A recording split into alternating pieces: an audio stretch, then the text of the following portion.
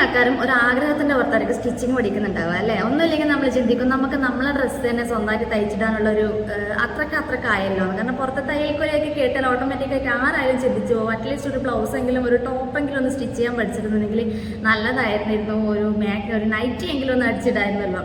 അപ്പം നമുക്ക് നമ്മൾ തന്നെ സ്റ്റിച്ച് ചെയ്തിട്ട് ഒരു എന്താ പറയുക ഓക്കെയാണ്, അടിപൊളിയാണ്, പെർഫെക്റ്റ് ആയിട്ട് കിട്ടിയിട്ടുണ്ട്, നീറ്റിൽ കിട്ടിയിട്ടുള്ള ഒരു ധൈര്യം വന്നു കഴിഞ്ഞാൽ മാത്രമേ നമ്മൾ പുറത്തുനിന്ന് ഓർഡർ എടുത്തിട്ട് സ്റ്റിച്ച് ചെയ്ത് കൊടുക്കാൻ പാടുള്ളൂ കേട്ടോ. നമ്മൾ പഠിക്കാൻ പോയി പഠിച്ചു സെറ്റായി ഇനി പുറത്തുനിന്നുള്ള ഡ്രസ്സൊക്കെ ഇനി ഓർഡറൊക്കെ എടുത്ത് ചെയ്ത് കൊടുക്കാമെന്ന് പറഞ്ഞാൽ അങ്ങനെ ആരും റിസ്ക് എടുക്കാൻ നിൽക്കണ്ട. നമുക്ക് പെർഫെക്റ്റ് ആയിട്ട് നമുക്ക് തോന്നി തുടങ്ങിയ കോൺഫിഡൻസ് ഉണ്ടെങ്കിൽ മാത്രമേ പുറത്ത് നമ്മൾ ഓർഡർ എടുക്കുകയുള്ളൂ. അപ്പം ഞാൻ പറഞ്ഞു വരുന്ന കാര്യം ഇതൊന്നുമല്ല, ഞാൻ ഇങ്ങനെയാണ് കേട്ടോ സംസാരിച്ചാൽ എന്തൊക്കെയോ പറഞ്ഞങ്ങ് പോകും. നമ്മൾ ഒരാഗ്രഹത്തിൻ്റെ പുറത്ത് സ്റ്റിച്ചിങ് പഠിച്ച് നമുക്ക് ഒരു മെഷീൻ വാങ്ങി. ഇപ്പം എല്ലാ ആൾക്കാരും ഇപ്പം ബിഗിനേഴ്സൊക്കെ ആണെങ്കിലും അതാണ് ബെറ്റർ. പഠിക്കാൻ തുടങ്ങുന്ന സമയത്ത് തന്നെ നമ്മളൊരു മെഷീൻ വീട്ടിൽ വാങ്ങി വെക്കുന്നതാണെങ്കിൽ നമുക്ക് ആ പഠിത്തത്തോടു തന്നെ പ്രാക്ടീസും ചെയ്ത് വരുമ്പോൾ നമുക്ക് പെട്ടെന്ന് ക്യാച്ച് ചെയ്യാൻ പറ്റും. പെട്ടെന്ന് നമുക്ക് പഠിച്ചെടുത്തിട്ട് നല്ല നീറ്റിൽ അടിപൊളിയായിട്ട് സ്റ്റിച്ച് ചെയ്ത് കൊടുക്കാൻ പറ്റും കേട്ടോ. പക്ഷേ അതിനൊക്കെ മുന്നേ നമ്മൾ അറിഞ്ഞിരിക്കേണ്ട ഒരു കാര്യമുണ്ട് മെഷീൻ മെയിൻ്റെനൻസിനെ കുറിച്ചിട്ട്.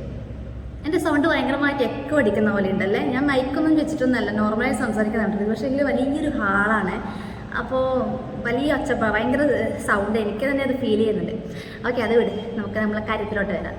അപ്പോൾ നമ്മളെ മെഷീനെ കുറിച്ചിട്ട് നമ്മളിപ്പോൾ അറിഞ്ഞിരിക്കണം. ബിഗിനേഴ്സൊക്കെ ആണെങ്കിൽ എനിക്ക് തോന്നുന്നു നമ്മളെ പഴയ സാധാരണ മെഷീൻ ഉണ്ടല്ലോ, ഉഷ ഉഷ എന്ന് പറഞ്ഞാൽ ഞാൻ പേരത്ത് വരുന്നത് എൻ്റെ കയ്യിൽ അതാണ്, അതുകൊണ്ട് ഞാൻ പറഞ്ഞതേ ഉള്ളൂ കേട്ടോ. നല്ല കമ്പനിയിലുള്ള നല്ല മെഷീൻസ് ഒക്കെ ഇഷ്ടംപോലെ ഉണ്ട്. അപ്പോൾ സാധാരണ മെഷീനാണ് എൻ്റെ കയ്യിലുള്ളത്. ബിഗിനേഴ്സൊക്കെ ആണെങ്കിൽ ഈ ഒരു മെഷീനായിരിക്കും കുറച്ചുകൂടി നല്ലത്. മറ്റേത് ഇലക്ട്രിക്കിൻ്റെത് നല്ലതല്ല എന്നല്ല ഞാൻ പറയുന്നത്, അത് നല്ലത് തന്നെയാണ്. പക്ഷേങ്കിൽ അത് നമ്മൾ യൂസ് ചെയ്യുമ്പോൾ ഇതിലൊന്ന് ചവിട്ടി പിടിക്കുന്നതായിരിക്കും കുറച്ചുകൂടി നല്ലത്. അപ്പോൾ എൻ്റെ കയ്യിൽ ഈ ഒരു മെഷീനാണ് കേട്ടോ ഉള്ളത്. നമ്മളെ കയ്യിൽ ഏത് മെഷീനാണെങ്കിലും നമ്മൾ ആ മെഷീനെ കുറിച്ചിട്ട് നന്നായിട്ടൊന്ന് അറിഞ്ഞിരിക്കണം. നമ്മളിപ്പോൾ കാര്യമായി സ്റ്റിച്ച് ചെയ്യാനിരിക്കുമ്പോഴായിരിക്കും, അല്ലെങ്കിൽ തിരക്ക് പിടിച്ചിട്ട് സ്റ്റിച്ച് ചെയ്യാനിരിക്കുമ്പോഴൊക്കെ ആയിരിക്കും നമ്മൾ നേരിടുന്ന പ്രധാന പ്രശ്നം ഒന്ന് നൂല് പൊട്ടിപ്പോവുക, നൂലിങ്ങനെ കട്ട കെട്ടിപ്പോവുക. മേലത്തെ സ്റ്റിച്ച് നല്ല നീറ്റിൽ വരുന്നുണ്ട്, പക്ഷേ അടിയിലത്തെ സ്റ്റിച്ച് വരുന്നില്ല. കുറച്ച് കഴിഞ്ഞ് നോക്കുമ്പോൾ കാണാൻ അടിയിലത്തെ സ്റ്റിച്ച് നല്ല നീറ്റിൽ വരുന്നുണ്ട്, മുകളിലത്തെ സ്റ്റിച്ച് വരുന്നതാണെന്നുണ്ടാവില്ല. തുണി ഇങ്ങനെ എന്താ പറയുക പല്ലിൻ്റെ അവിടെ നിന്ന് നീങ്ങാതെ അങ്ങനെ സ്റ്റക്കായിട്ട് ഇങ്ങനെ നിൽക്കുന്നുണ്ടാകും.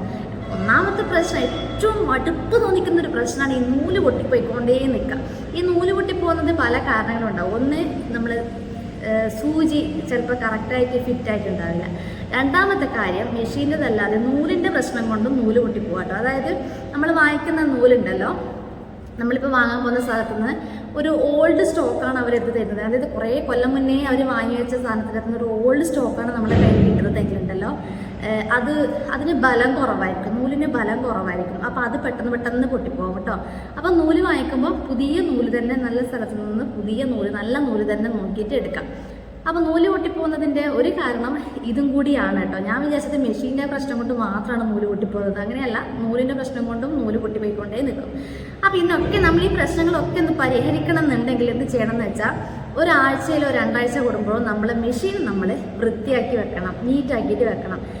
ഇല്ല എങ്കിൽ ഉറപ്പായിട്ട് മെഷീൻ നമുക്കിട്ട് പണിഞ്ഞോണ്ടേ നിൽക്കും. എൻ്റെ അനുഭവമാണത്. നമ്മൾ വൃത്തിയാക്കി വെച്ചില്ല എങ്കിൽ ഇവിടെ ഇത്രയും കാലം എന്നെ കൊണ്ട് പണിയെടുപ്പിച്ചിട്ട് എന്നെയൊന്നും തിരിഞ്ഞു നോക്കുന്നില്ലല്ലോ എന്നുള്ളൊരു തോന്നലൊക്കെ നമ്മളെ മെഷീന് വന്നു കളയും. അപ്പോൾ ഇതെന്തായാലും ഞാൻ ഒരു മെഷീൻ, ഇന്നത്തെ എൻ്റെ മെഷീൻ ഞാൻ വൃത്തിയാക്കാൻ പോവാണ് കേട്ടോ. അപ്പോൾ നമ്മളെ കയ്യിൽ മെഷീൻ ഉണ്ടെങ്കിൽ അത് വൃത്തിയാക്കില്ല. ഒന്ന് ഈ ഒരു ടൂൾ ഉണ്ടല്ലോ, അതായത് ഇത് തന്നെ വേണമെന്നല്ല, നമ്മളെ മെഷീനിൽ ഒരുപാട് സ്ക്രൂസൊക്കെ നമ്മൾ അയച്ചു കൊടുക്കേണ്ടി വരും. അപ്പം നമ്മളെ കയ്യിൽ ഇതുപോലൊരു ഐറ്റം എപ്പോഴും ഉണ്ടായിരിക്കണം. അതായത് പെട്ടെന്ന് ചിലപ്പോൾ അടിയിലത്തെ നൂല് ചിലപ്പോൾ കട്ടട്ടി പോയി കഴിഞ്ഞാൽ നമ്മൾ കൈ കൊണ്ട് പിടിച്ച് വലിക്കുമ്പോൾ ചില ഭാഗം മാത്രമേ നമുക്ക് കയ്യിൽ പിടിച്ച് വരുള്ളൂ, ബാക്കി ഭാഗം അതിൽ കുടുങ്ങിക്കിടക്കും. വീണ്ടും നമ്മൾ സ്റ്റിച്ച് ചെയ്യുമ്പോൾ എന്താകും, മൊത്തത്തിൽ കട്ട കെട്ടി നിൽക്കുന്ന പോലെയൊക്കെ ആയിട്ട് മെഷീൻ മൊത്തത്തിലൊരു ആതാളത്തിലാകും. അപ്പോൾ പെട്ടെന്ന് നമുക്ക് ആ നൂല് മൊത്തമായിട്ട് എടുക്കണമെന്നുണ്ടെങ്കിൽ ഉടനെ നമുക്ക് ഈ സ്ക്രൂ ഡ്രൈവർ വെച്ച് ആ സ്ക്രൂ കഴിച്ചിട്ട് അതിനുള്ളിലുള്ള നൂലൊക്കെ ഒന്ന് എടുത്ത് മാറ്റിക്കഴിഞ്ഞ് വീണ്ടും നമുക്ക് സ്റ്റിച്ച് ചെയ്തെടുക്കാം. അപ്പോൾ ഇതുപോലൊരു ടൂള് നമ്മളെ കയ്യിൽ ഉണ്ടായിരിക്കണം കേട്ടോ. രണ്ടാമത്, ഇത് ഞാൻ സാധാരണ ഒരു എന്താ പറയുക ടൂത്ത് ബ്രഷും പിന്നെ ഈ ഒരു ബ്രഷുമാണ് എടുത്തിട്ടുള്ളത്. നമ്മുടെ മെഷീൻ വൃത്തിയാക്കാൻ ഈ 2 ഐറ്റം ധാരാളമാണ്. ഇത് ഞാൻ മെഷീൻ വൃത്തിയാക്കാൻ വേണ്ടി മാത്രമായിട്ട് വാങ്ങിയതാണ്, ഇത് ഉപയോഗിച്ചതൊന്നല്ല കേട്ടോ. പിന്നെ വേണ്ടത് ഈ ഒരു ഓയിൽ, മെഷീനിൻ്റെ ഓയിലാണ് കേട്ടോ. ഞാൻ പല വീഡിയോസിൽ ഞാൻ യൂട്യൂബ് നോക്കി തന്നെ പഠിച്ചതാണ് കേട്ടോ. അപ്പം ഞാൻ പല വീഡിയോസിലും ഞാൻ കണ്ടിട്ടുണ്ട് ഈ മെഷീനിൽ നമുക്ക് ഏത് ഓയിൽ, നമ്മുടെ വീട്ടിലുള്ള ഏത് ഓയിൽ വേണമെങ്കിലും നമുക്ക് യൂസ് ചെയ്യാമെന്നൊക്കെ പറഞ്ഞിട്ടുള്ളൊരു വീഡിയോസ് ഞാൻ കുറേ പോപ്പുലറായ ചാനലിലൊക്കെ ഞാൻ കേട്ടിട്ടുണ്ട്. എനിക്കിപ്പോഴും മനസ്സിലാകാത്തൊരു കാര്യമാണ്, ഈ ഈ മെഷീനിൽ നമുക്ക് ഏത് ഓയിൽ യൂസ് ചെയ്യാൻ പറ്റുമെങ്കിൽ പിന്നെ ഈ ഒരു സാധനം ഇവർ എന്തിനാണ് ഉണ്ടാക്കി വെക്കുന്നത്? നമുക്ക് ഈ ഹെയർ ഓയിലിന് പകരം വേറെ ഏതെങ്കിലും ഓയിൽ നമ്മൾ തലയിൽ തേക്കുമോ? ഇല്ലല്ലോ. അതേപോലെ തന്നെ നമ്മളെ മെഷീനിൽ ഈ സൂട്ടബിൾ ആയിട്ടുള്ള ഓയിൽ നമ്മൾ ഉപയോഗിച്ചിട്ടില്ല എങ്കിൽ അത് നമുക്കൊരിക്കലും നല്ല റിസൾട്ട് ആയിരിക്കില്ല തരിക. അത് പെട്ടെന്ന് കംപ്ലൈൻ്റ് ആയി കേടായി പോകാൻ ചാൻസ് ഉണ്ട്. അപ്പം നമ്മൾ ഈ മെഷീനിൽ നമ്മൾ യൂസ് ചെയ്യേണ്ട ഓയിൽ തന്നെ നമ്മൾ യൂസ് ചെയ്യുക. ദയവ് ചെയ്ത് വീട്ടിലുള്ള എന്താ പറയുക, പെട്ടെന്ന് ദിവസം തീർന്നു പോയി അറ്റ്ലീസ്റ്റ് അത് വെച്ച് അഡ്ജസ്റ്റ് ചെയ്യാൻ അത് ഓക്കെ. പക്ഷെ സ്ഥിരമായിട്ട് നമ്മൾ വെളിച്ചെണ്ണയോ അല്ലെങ്കിൽ വീട്ടിൽ യൂസ് ചെയ്യുന്ന വേറെ ഏതോ ഓയിൽ നിങ്ങൾ ഉപയോഗിക്കണ്ട കേട്ടോ. എൻ്റെ ഒരു ഒപ്പീനിയനാണ്, നിങ്ങളിഷ്ടം. എൻ്റെ ഒരു ഒപ്പീനിയൻ ഞാൻ പറഞ്ഞതല്ലോ, ഞാൻ ഈ ഒരു ഓയിൽ മാത്രമേ ഉപയോഗിക്കാറുള്ളൂ. കാരണം നമുക്കറിയാലോ മെഷീന് നമുക്ക് ഓരോന്നിനും ഓരോതായിട്ടുള്ള സാധനങ്ങളുണ്ട്. അപ്പം മെഷീന് വേണ്ടുന്ന ഓയിൽ ഇതായതുകൊണ്ടാണ് അവർ ഇങ്ങനൊരു പ്രൊഡക്റ്റ് തന്നെ വിൽക്കുന്നത്. അല്ലെങ്കിൽ നമുക്ക് എല്ലാവർക്കും വെളിച്ചെണ്ണയോ അല്ലെങ്കിൽ സാധാരണ ഓയിലോ ഒക്കെ തേച്ചാൽ പോലെ. ഇത് എൻ്റെ ഒരു ഒപ്പീനിയനാണ്, എല്ലാവരും അങ്ങനെ ചെയ്യണമെന്ന് ഞാൻ പറയില്ല. എനിക്ക് തോന്നുന്നു ഇത് തന്നെയാണ് ബെറ്റർ. മെഷീനിൽ ഉപയോഗിക്കേണ്ട ഓയിൽ തന്നെ നമ്മൾ ഉപയോഗിച്ചാൽ. അപ്പം നമുക്ക് ഇതൊന്ന് എങ്ങനെയൊക്കെയാണ് അഴിച്ചിട്ട് വൃത്തിയാക്കുന്നത് നോക്കാം കേട്ടോ. അഴിക്കുന്നതിന് മുന്നേ വേറൊരു കാര്യം കൂടി ഞാൻ പറയാം. ഇപ്പം നമ്മൾ ആദ്യമായിട്ടാണ് മെഷീൻ വൃത്തിയാക്കാൻ പോണത്, അല്ലെങ്കിൽ നമ്മൾ ആദ്യമായിട്ട് ബിഗിനേഴ്സൊക്കെയാണ്, മെഷീനെ കുറിച്ചിട്ട് വലിയ അറിവ് ഒന്നുമില്ല, തയ്ക്കും സ്റ്റിച്ച് ഇടും എന്നൊക്കെയുള്ള അറിവ് മാത്രമേ ഉള്ളൂന്നെങ്കിൽ ഈ അയച്ച പോലെ തന്നെ തിരിച്ചിടാൻ നമുക്ക് ഓർമ്മ ഉണ്ടായിരിക്കണം കേട്ടോ. ഇല്ലെങ്കിൽ നമ്മളിത് എവിടെയായിരുന്നു മൊത്തത്തിൽ കൺഫ്യൂഷനായി പോകും. തിരിഞ്ഞു പോയാൽ ചിലപ്പോൾ മൊത്തത്തിൽ നമുക്ക് പണി കിട്ടും.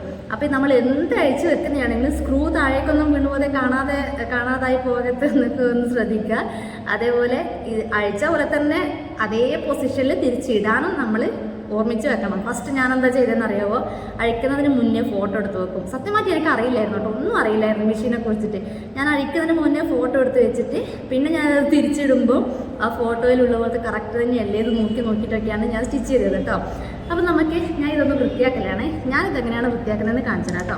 നമ്മൾ ഈ മെഷീൻ ഏത് തന്നെ മെഷീനാണെങ്കിലും ഉണ്ടല്ലോ, ഫസ്റ്റ് ചെയ്യേണ്ട കാര്യം എന്തെന്നറിയോ, നമ്മളെപ്പോഴും മെഷീന് തുണി വെച്ചിട്ടൊന്ന് മൂടി വെച്ചിരിക്കണം കേട്ടോ.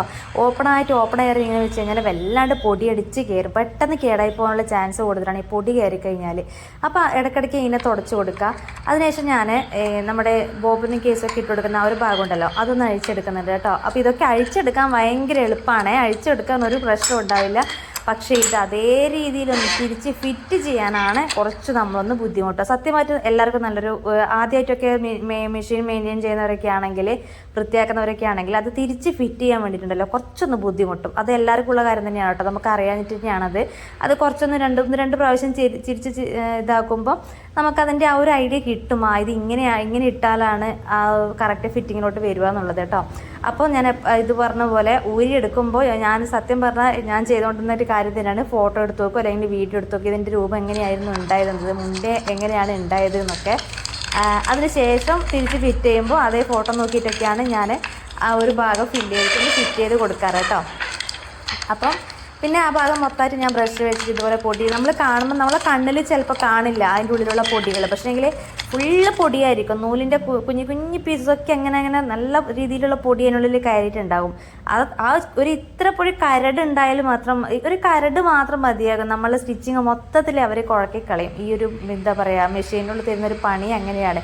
ഒരു ചെറിയൊരു കരടിൻ്റെ ഒരു ഭാഗം അതിനുള്ളിൽ കുടുങ്ങിക്കിട്ടുണ്ടെങ്കിൽ പോലും നമ്മൾ സ്റ്റിച്ചിങ്ങിൽ അത് നല്ല രീതിയിൽ നമുക്ക് കാണിച്ചു തരും. ഇന്ന് എന്താ പറയുക, സ്റ്റിച്ചിങ് മുകളിലത്തെ ഭാഗം സ്റ്റിച്ച് നല്ല രീതിയിൽ വീഴാഞ്ഞിട്ട്, അല്ലെങ്കിൽ താഴത്തെ ഭാഗം സ്റ്റിച്ചിങ് നല്ല രീതിയിൽ വീഴില്ല.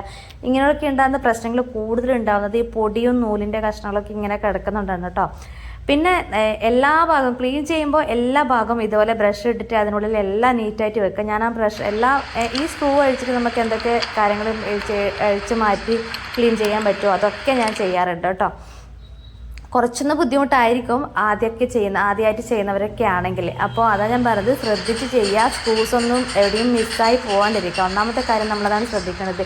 നമ്മൾ സ്ക്രൂ ഒക്കെ അഴിച്ചഴിച്ച് വെക്കുമ്പോൾ നല്ല ശ്രദ്ധയോടെ മാറ്റി വെക്കുക, അഴിച്ച് മിസ്സായി പോകാതിരിക്കുക കേട്ടോ. ഒരെണ്ണം മിസ്സായി കഴിഞ്ഞാൽ നമുക്ക് ഒരിക്കലും അത് പെർഫെക്റ്റായിട്ട് സ്റ്റിച്ച് ചെയ്യാൻ പിന്നെ പറ്റില്ല. മെഷീന് പിന്നെ മൊത്തത്തിൽ നമ്മൾ പുതിയതൊക്കെ വാങ്ങി ഇടയ്ക്ക് വരും.